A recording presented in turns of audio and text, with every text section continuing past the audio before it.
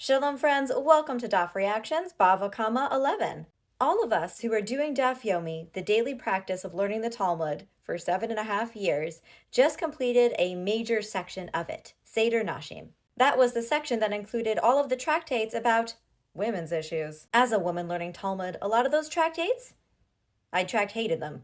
So I was very excited to discover what awaited us in the next section of Talmud. It's Tor Law, which I learned, to my infinite sadness, is in no way, shape, or form about tortellini. No, it's about the restitution somebody has to make when their actions or their property causes harm to someone else. AKA, it's about paying damages. Damages being something that I believe all women who completed Seder Nashim should be legally entitled to. Very broadly, the 4 categories of damage set forth by the Talmud are as follows.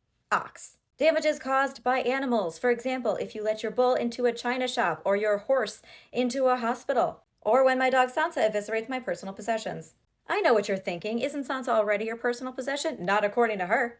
The second category is pit. You cannot dig a pit in the middle of the ground, willy-nilly, willard-nillard, as our legal queen, Reb Maisel, on this very app would say. If you dig a doomsday prepper bunker in the ground and somebody falls into it and breaks their leg, you do owe them damages out of your stock of canned goods. Fun fact, this happened to me as a child, and it wasn't actually that fun. I told this story before, but I did fall into a bunker in my neighbor's yard because it was unsecured. However, I neither received any monetary compensation for the physical pain and fear, nor for the emotional trauma of discovering that entire pit was lined in slugs. I would like to be reimbursed for all the subsequent therapy, but it has been 30 years. Is that too late? The next category is maveh, and based on the conversation in the Gemara, this refers to teeth or a person that causes damage. Was this the category for the scenery-chewing actor? Alas, no. Just like with Tortellini, my hopes were dashed. Well, I guess you're off the hook again, Nicolas Cage. Lastly, we have the category of fire, and that includes things like fire. So in yesterday's daf, we learned that if somebody steals something and then they break that thing, they owe the person from whom they stole it the full replacement value of said thing. You stole someone's Lambo and then you crashed that Lambo. That sucks to be you because now you have to pay the entire cost of a new Lambo, which is more than the cost of the damage itself. But is a borrower the same as a thief, or does he only have to pay for repairs? Let's find out in today's court case. Names have been changed to protect the innocent and also because I felt like it. So Pippin borrows a battle axe from Gimli. And of course, he accidentally drops it down a well in Moria and it breaks. This is classic Pippin, no one should be shocked. He comes before Rav. He comes before Rav to find out what exactly he owes Gimli. The full value of the unbroken axe, or the difference in cost between the OG state of that axe and its current busted state. And Rav said, "Fool of a took!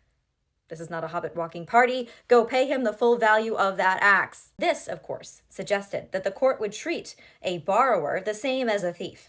So Pippin left, probably to pawn someone's palantir and get cash to pay Gimli. Now, Rav Kahana and Rav Asi were there in court. They were students of Rav, and they didn't really understand this ruling, and they were a little puzzled.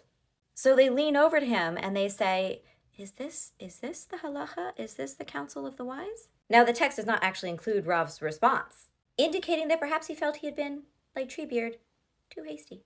The halacha actually does go, not with Rav, but with Rav Kahana and Rav Asi. The court appraises damages for a borrower different than it appraises for a thief. It is unclear if anybody went and told Pippin about this judicial plot twist, but maybe Rav galloped after him on Shadowfax to go and retract his ruling. Who's to say? It is neither recorded in the Talmud nor in the Red Book of Westmarch. Something I really like about this court case presented in today's page is the idea that Rav's students suggested to their revered teacher that he had done a little bit of an injustice, and that their opinion turned out to be the correct one. Because look, sometimes we just have to challenge things that we know to be unjust, even when that means going up against the opinions of people who we love, admire, look up to, and respect. Instead of going with seniority on this issue, the Gemara goes with what seems most ethical. And that, as Gandalf would say, is an encouraging thought.